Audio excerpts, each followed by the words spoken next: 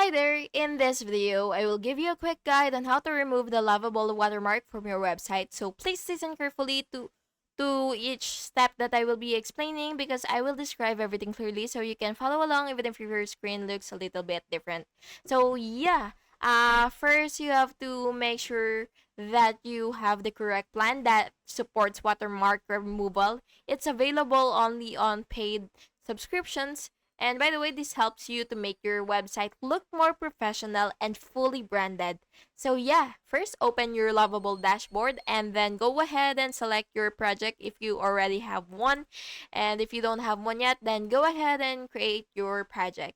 And next you will click on settings in the left sidebar, which is right here.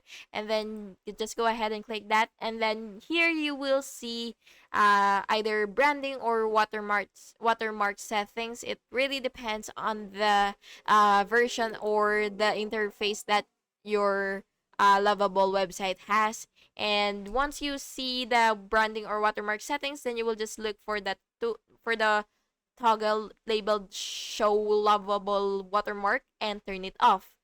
If that option is lacked, then you will click Upgrade Plan to subscribe to a paid tier.